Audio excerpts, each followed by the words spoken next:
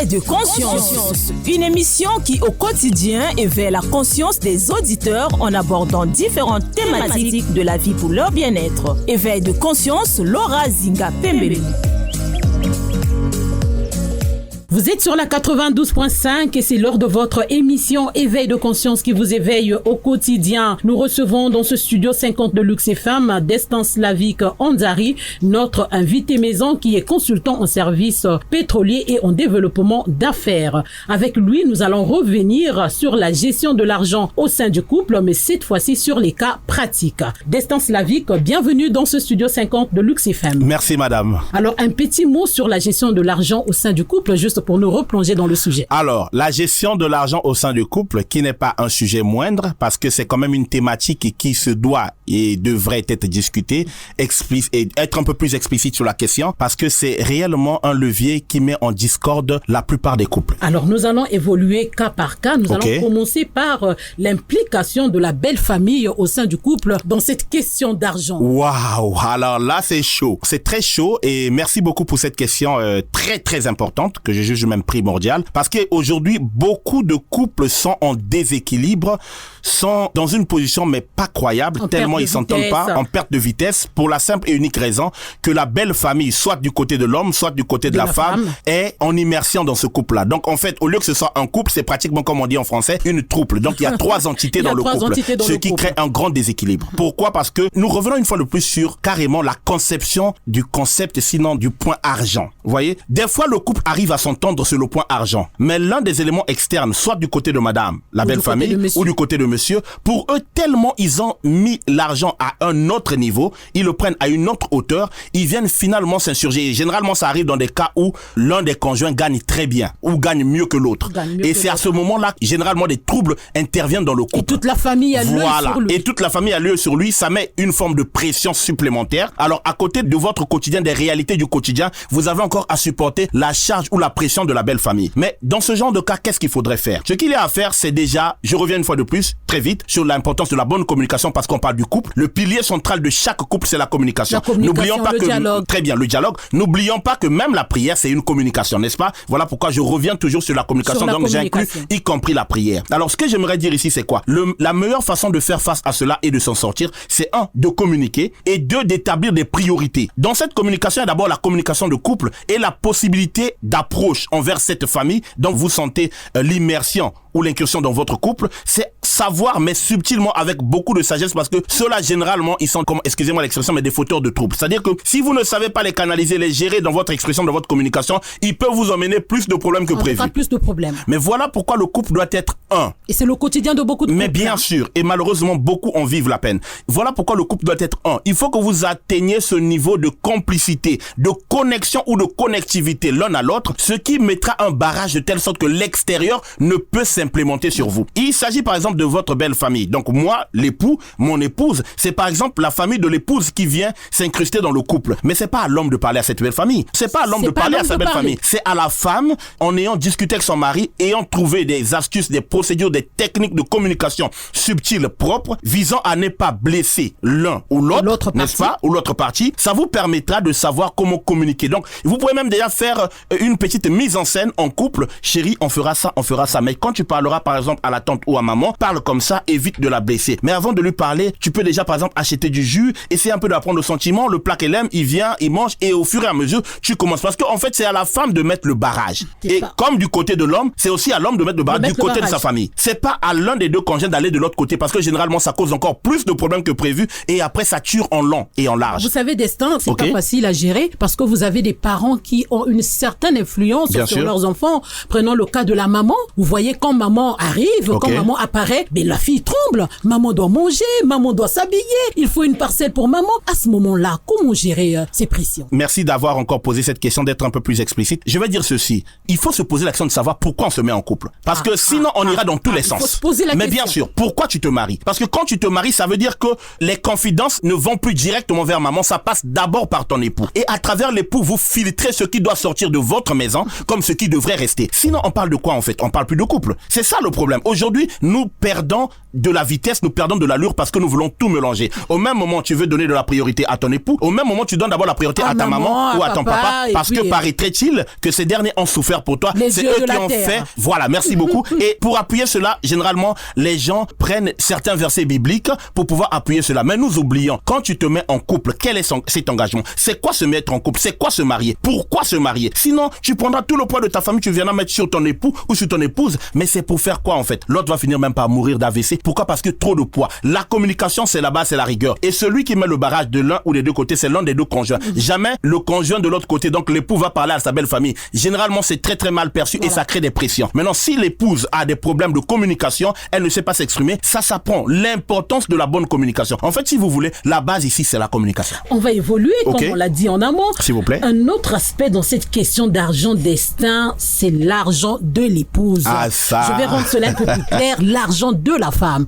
Alors, je me rappelle d'un homme qui disait que l'argent de la femme, c'est comme la nourriture du chien. On n'y touche pas. Vous voyez, quand vous servez de la nourriture à votre chien, dès que vous vous approchez, le chien oublie que vous êtes son patron. Il gronde. Partagez-vous cet avis? Alors, de base, déjà, je dirais non, parce qu'on peut pas généraliser la chose et caricaturer la personne de la femme. Ce serait quand même grave. C'est comme aujourd'hui, on dit qu'il y a beaucoup de mal dans le monde, il y a plus d'amour. Mais on ne peut pas généraliser au point de manquer le discernement à dire que tout le monde est mauvais. Il y a toujours de la bonté dans l'homme. Parce que c'est vrai en termes de probabilité, c'est mauvais, mais il y a toujours une particularité. Et c'est cette particularité qui nous permet... Une majorité, il y a quand même une minorité. Il y a une minorité. C'est cette particularité, cette minorité qui nous permet quand même d'avancer, qui nous fait dire que nous devons encore avoir foi en ce que Dieu agit. Il y a du bon quelque part. Très bien, il y a du bon quelque part. Alors ce que j'aimerais dire ici, vite fait, c'est pour souligner le fait que c'est vrai, c'est pas un sujet négligeable. Aujourd'hui, dans beaucoup de couples, c'est un réel problème. Je vais prendre rapidement une petite anecdote. Je me rappelle de ce couple-là, des personnes que je connais très sûr, dont l'époux voyage souvent et l'épouse travaille aussi. L'époux travaille, il gagne considérablement bien sa vie, l'épouse aussi. Mais quand l'époux est en voyage, toutes les dépenses sont générées par l'épouse. Pourtant, il s'agit de leurs enfants.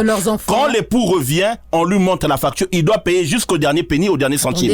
Mais oui, malheureusement, c'est une réalité et c'est pas seulement de vrai. Mais de vrai, carrément. C'est pas seulement une réalité, parce que je parle de ça parce que certains dont je connais se plaignent. Et c'est une réalité qui est vécue au quotidien dans beaucoup de maisons, où même la petite chose que l'épouse achète, on doit rembourser. Même son argent, petite boîte d'allumettes, la petite boîte d'allumettes, on va rembourser. En tout cas, elle trouvera l'astuce. Peut-être que ça s'appellera pas boîte d'allumettes, mais elle va trouver une astuce pour qu'on rembourse son argent. Alors là, c'est vraiment un problème caduque. Mais là, la base, c'est la communication. Et là, je fais carrément appel aux couples, surtout aux couples chrétiens. Parce que dans certains cas, on parle, oui, de communication, on dira, Monsieur Destin a tendance à revenir sur la communication, mais il y a des points dont vous serez dans l'incapacité de gérer ou de résoudre par la communication parce que vous ne ça passe pas. C'est là d'où vous vous rendez compte de l'importance de faire partir d'une église où vous avez des hommes de Dieu, des diacres. Vous vous rapprochez. Donc, l'un des conjoints qui se sont lésés par la chose se rapproche de l'autorité de l'église, soumet le problème et eux, ils ont mandat, ils sont habilités pour vous aider à trouver un équilibre dans cette situation parce que c'est réellement un problème qui finit par créer beaucoup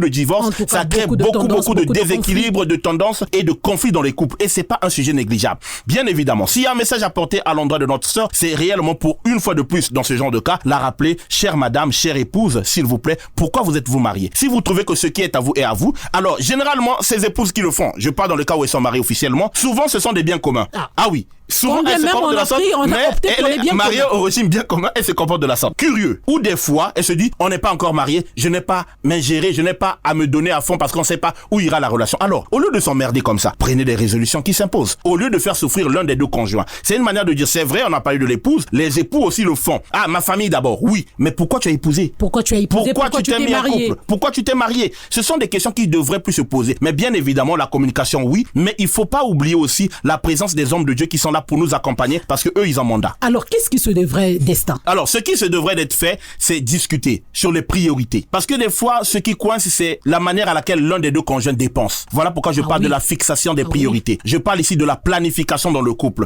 C'est vrai que tout ce qu'on dépense n'est pas toujours planifié. Il y a ce qu'on appelle par des choses qui arrivent, donc des valeurs imprévues, c'est vrai. Mais quand on communique suffisamment, on essaie de laisser un petit équilibre. Par exemple, si c'est l'époux qui travaille ou les deux conjoints travaillent, il faut aussi avoir une petite marge pour soi-même. De telle sorte que vous pouvez vous acheter acheter quelque chose qui vous valorise, qui vous donne beaucoup de force et qui renforce votre confiance en soi et votre estime de soi. Bien évidemment, faire aussi un don parce que le don, ça fait vivre, ça donne de la force, ça donne beaucoup de plaisir et ça génère beaucoup de plaisir à qui le reçoit. Donc, ce qu'il y a à faire, c'est de beaucoup communiquer et de travailler ensemble sur ce sujet. C'est pas un sujet qui se doit d'être traité en un mois, en un jour. Ça peut parfois prendre du temps, mais l'objectif, c'est de trouver l'équilibre. Mettre tout ensemble ou bien gérer à distance. Parce que vous avez des partenaires qui arrivent, qui vous donnent le montant. Par exemple, il dit à sa femme, ben moi, je gagne 500 000. Mais sur le tas, les 500 000 ne sont pas là. Très bien. Tout comme aussi la femme qui viendra pour dire, ben on nous a payé. Ben on vous a payé, tu as reçu combien? On ne sait pas. Est-ce que ça va s'arrêter au niveau des rapports? C'est un sujet carrément tabou. Voilà pourquoi je reviens encore sur les hommes de Dieu. Parce que généralement, quand on essaie d'aller en profondeur, l'un des deux époux demande à voir plus clair, ça crée des frictions, ça crée des tensions, ça peut même emmener à la violence, même la séparation et beaucoup de tendances. Voilà pourquoi je parle de ceux qui ont mandat de pouvoir apaiser les esprits et ramener l'ordre. Et ça, je parle carrément des hommes de Dieu. J'aimerais bien parler de communication, mais à un moment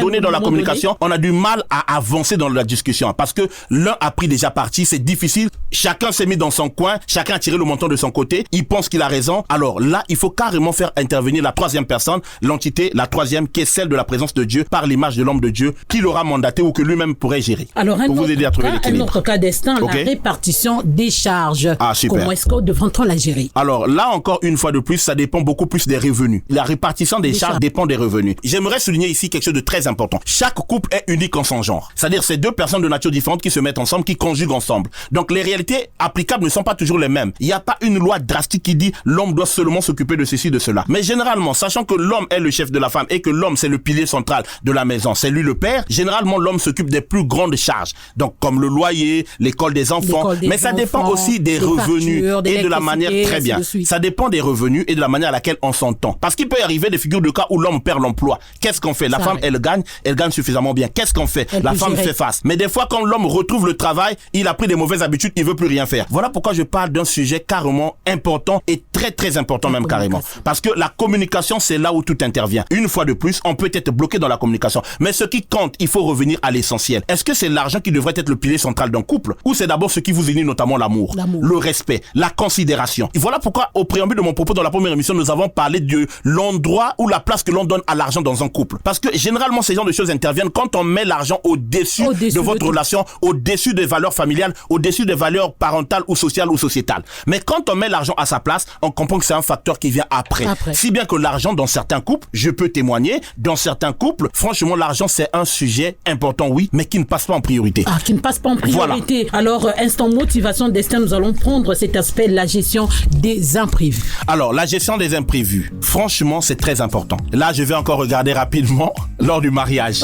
Mais comment à la fin, on s'est retrouvé avec des dettes incroyables. Je ne suis pas le seul, mais beaucoup de personnes après le mariage se retrouvent avec des dettes imprévues, compliquées. Pourquoi? Parce qu'on n'a pas pensé à ce facteur. On a pensé à tout ce qu'il faut pour la cérémonie, pour l'événement, mais on n'a pas pensé à la gestion des imprévus. On est surpris, au lieu de 200 photos, on se retrouve avec 800 photos. Il faut payer le photographe, et 1000 photos, des vidéos. On avait pris un drone, on avait pris un engagement, mais on n'avait pas prêté attention. À la fin, ça devient compliqué. L'après-mariage, très difficile. Et donc, la vie de tous les jours aussi, les imprévus. Le frère qui arrive à la maison, c'était pas prévu, il ramène une ordonnance. Le monsieur veut déjà acheter l'ordonnance à hauteur de 15 000, alors que le budget imprévu n'est pas détaché. Le cousin qui revient du village pour venir fréquenter. Il faut carrément le prendre en charge. Des fois, il n'est pas prévenu, mais il faut le prendre des imprévus. Alors là, c'est très, très compliqué. C'est quelque chose, dans notre culture, nous n'avons pas souvent la présence d'esprit de souligner, mais c'est très important de tenir compte ou de prendre en ligne de compte la gestion, sinon les imprévus. Ce sont des choses auxquelles on ne peut pas quantifier en termes d'argent à 100%, mais on peut enlever ou dégager un petit budget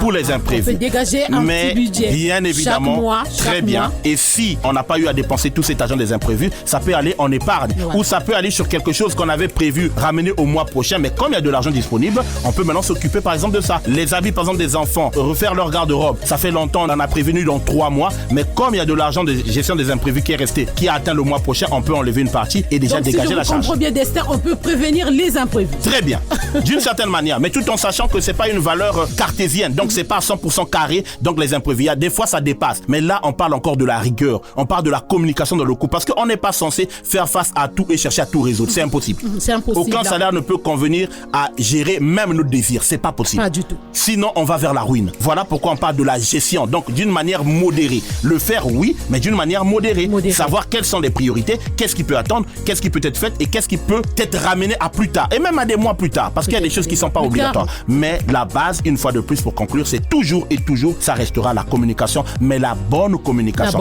Une fois que nous sommes bloqués, on revient vers ceux qui peuvent nous apporter le conseil. Destin, merci. Merci bien, madame. En tout cas, voilà, chers auditeurs, la fin de notre émission Éveil de conscience qui a porté sur les cas pratiques, sur la gestion de l'argent au sein du couple. Merci en tout cas de l'avoir suivi. En tout cas, bonne suite au programme sur Lux FM et c'est sur la 92.5.